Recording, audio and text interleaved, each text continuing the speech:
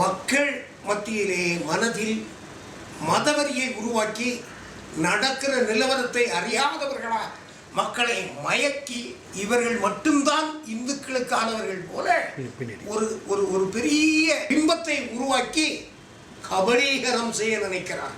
எனக்கு இருக்கிற ஐயமெல்லாம் இப்பொழுது எதிர்ப்பவர்கள் துணிவோடு எதிர்த்து கொண்டிருக்கிறார்கள், ஆனால் தெளிவோடு எதிர்க்கவில்லை என்பது என்னுடைய பார்வை. இப்போ தெளிவோடு எதிர்த்திருப்பார்களே ஆனால் தீபிடிச்சிட்டு வீடு நல்ல தண்ணி விட்டு தான் தீயை அணைக்க வேண்டும் என்று இல்லை. பக்கத்தில் சாக்கடை இருந்தால் அதை எடுத்து கூட அந்த தீயை அணைக்கலாம். இப்பொழுது இந்திய துணைக்கண்டத்தில் தீப்பற்றி எரிகிறது. இந்த தீப்பற்றி எரிகிற இது ஜனநாயகத்திற்கு மண்டபத்தில் தீப்பற்றி எரிகிறது. இதை காக்க வேண்டுமே ஆனால் எல்லோரும் ஒருங்கிணைக்க வேண்டும். தங்களுடைய உணர்வுகளை விட்டு கொடுத்து விட்டு ஒருங்கிணைய வேண்டும். மம்தாவினுடைய முன்னால் இருக்கிற பார்வை இவரை தொடர்வதற்கு நம்மால் இயன்ற பணியை செய்ய வேண்டும் என்று நினைக்க வேண்டும். கெஜ்ரிவால் அதுபோல நினைக்க வேண்டும், தளபதி அதுபோல நினைக்க வேண்டும். எதிர்க்கிற தலைவர்கள் எல்லாம் ஒன்றிணைய வேண்டும். விட்டு கொடுத்தவன் கெட்டு போனதில்லை, கெட்டு போகிறவன் விட்டு கொடுப்பதில்லை. நீங்கள் விட்டு கொடுக்காமல் இருப்பது உங்களை நீங்கள் அழித்துக் கொள்வதற்காக என்று நான் வருத்தப்படுகிறேன். நான் மதத்தோடு வாழ்ந்தாலும் மதத்தோடு அரசியலை பின்னி பிழைப்பு நடத்துகிற ஒரு மோசடி கும்பனுடைய மோசடியை இந்த நாட்டிற்கு எடுத்து சொல்ல வேண்டும் என்பது என்னுடைய கடமை. அந்த கடமையோடு தான் சொல்லுகிறேன். பெருமதிப்புக்குரிய மாண்புமிகு மேற்கு வங்க முதல்வர்களே, டெல்லி முதல்வர் அவர்களே, ஜனநாயகம் தீப்பற்றி எரிகிறது. தளபதி தமிழக முதல்வர் வழிகாட்டுகிறார். ஒன்றிணையுங்கள். நீங்கள் ஒன்றிணைந்தால் வெற்றி நிச்சயம். நீங்கள் ஒன்றிணையாவிட்டால் அடுத்த தேர்தலை நிச்சயம் நீங்கள் சந்திக்க மாட்டீர்கள். எனவே சந்திப்பதற்கு விட்டு கொடுத்து ஒன்றிணையுங்கள், வெற்றி உங்களுக்கு. இதுதான் என்னுடைய ஒரு சிறு உதாரணத்தை சொல்லுகிறேன். காரணம், நான் முன் அமைப்புகளிலே நம்பிக்கை கொண்டவன். இந்துக்கள் 4 யுகங்களாக யுக தர்மத்தை ஏற்றுக்கொண்டிருக்கிறார். அதிலே ஒரு யுக தர்மத்தினுடைய யுக காவலர் ராமபிரான். இப்போ ராமபிரான் எதற்காக அவதரிக்கப்படுகிறார்? இராவணனை அழிப்பதற்கு. இப்போ அந்த யுகத்தினுடைய தர்மத்தை காக்க வேண்டுமே ஆனால் அதர்மத்தை அழிக்க வேண்டும். அதர்மத்தினுடைய ஒரு கூறாக இருப்பது ராவணன். ராவணன் இந்துதான். ராவணன் முஸ்லீமோ கிறிஸ்டியனோ வேற மதத்தை சார்ந்தவன் இல்லை. ராவணன் ஒரு இந்து. அவன் வரம் இருக்கிறான், தவம் வேண்டி வரம் இருக்கிறான், வரம் வேண்டி தவம் இருக்கிறான். இப்போ அந்த தவம் இருக்கிற போது 3.5 கோடி வரம் அவருக்கு கொடுக்கப்படும். அந்த 3.5 கோடி வரம் கொடுத்த போது அவன் இந்திரன் அவருக்கு அடிமையாக இருக்க வேண்டும் என்று சொல்லுகிறான்.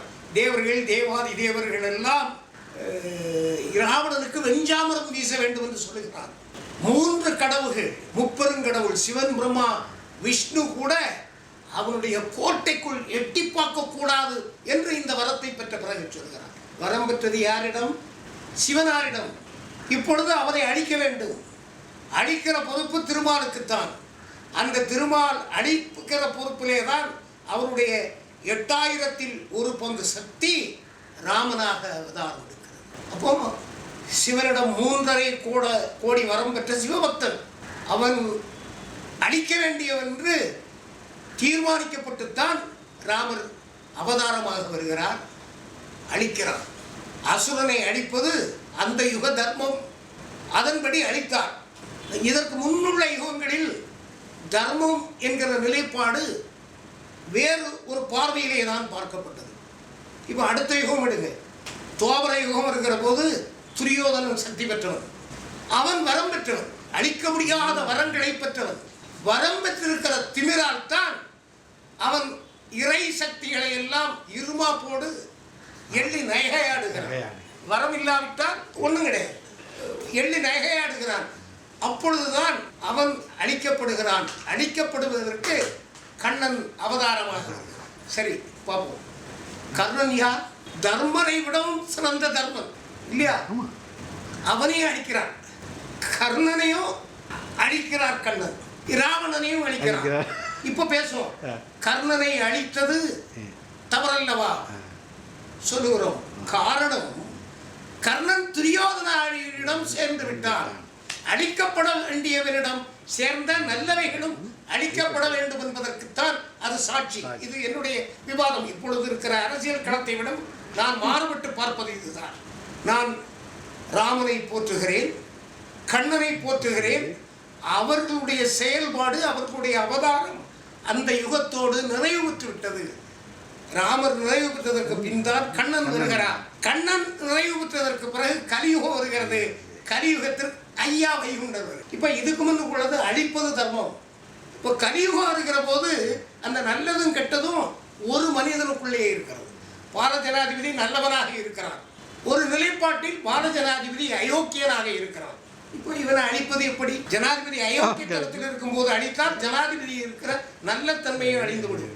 நேற்று தர்மம் தனி, அதர்மம் தனி. இந்த யுகத்தில் தர்மமும் அதர்மமும் ஒன்றுக்குள் ஒன்று. இப்பொழுது திருத்த வேண்டும். திருத்துவதற்காகத்தான் ஐயா வைகுண்டர் கடவுளாக அவதரித்தார். என்னுடைய நம்பிக்கை, முப்பொருளும் ஒரு பொருளாய் வந்தவர் ஐயா வைகுண்டர். சிவன், பிரம்மா, விஷ்ணு ஆகிய முப்பொருளும் ஒரு பொருளாக கடவுளாக வந்தவர் ஐயா வைகுண்டர் என்பது என்னுடைய நம்பிக்கை. அந்த நம்பிக்கையினுடைய அடிப்படையில் தான் இது பேசுகிறேன்.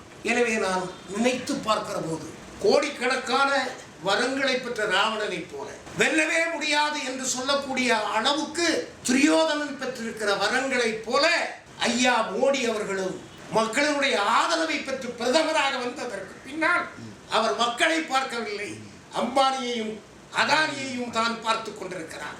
எனவே நாடு வீழ்ந்து கொண்டிருக்கிறது. இந்த வீழ்ச்சியிலிருந்து தடுக்க வேண்டுமேயானால் அம்பானிக்கும் அதானிக்கும் உதவுகிற, இந்துவாக இருந்து இந்துவாக வழிபட்டு வரம் பெற்ற இராவணனை போல, துரியோதனாதி போல மக்களிடம் வாக்கு பெற்று மக்களை அழித்துக் கொண்டிருக்கிற தீய சக்தி மோடியை அப்புறப்படுத்த வேண்டும்.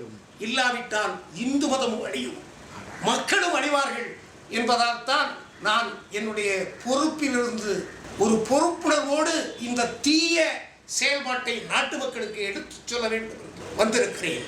எனவே என்னுடைய இறை நம்பிக்கை, இறைவன் மக்களை காப்பார். இறைவன் மக்களை காக்க வேண்டுமேயானால் மக்களுக்கு கொடுமை செய்யக்கூடியவனை தடுப்பார். அந்த தடுப்பு 2024 நிச்சயம். இது மக்களுக்கு இறைவன் தரக்கூடிய உத்தரவாதமாக இந்த தீய சக்திகள் விரட்டி அடிக்கப்படும் என்கிற நம்பிக்கை எனக்கு இருக்கிறது. அந்த நம்பிக்கையில் நாடு ஒன்று திரட்டி நல்லாட்சி அமைவதற்கு இந்த ஆட்சி மதத்தின் பேரால் மக்களை திசை திருப்பி மக்களை அல்லலுக்குள்ளாக்குகிற, மக்களை தொல்லைப்படுத்தி கொண்டிருக்கிற, மதம் மதம் என்று மதவெறியை தூண்டி மக்களுடைய ஒற்றுமையை சிதைத்து கொண்டிருக்கிற, இன்னும் சொல்ல போனால் மணிப்பூர் கலவரத்தை காணாமல் இந்தியா பூராவும் கலவரம் உண்டாக்கினால்தான் நாம் இருக்க முடியும் என்றால் அதற்கும் தயாராக இருக்கிற மோடியை மக்கள் அப்புறப்படுத்த வேண்டும். அப்புறப்படுத்துவதற்கு இறை அருள் துணை நிற்கும். எனவே அனைத்து மக்களும் ஒருங்கிணை வேண்டும்.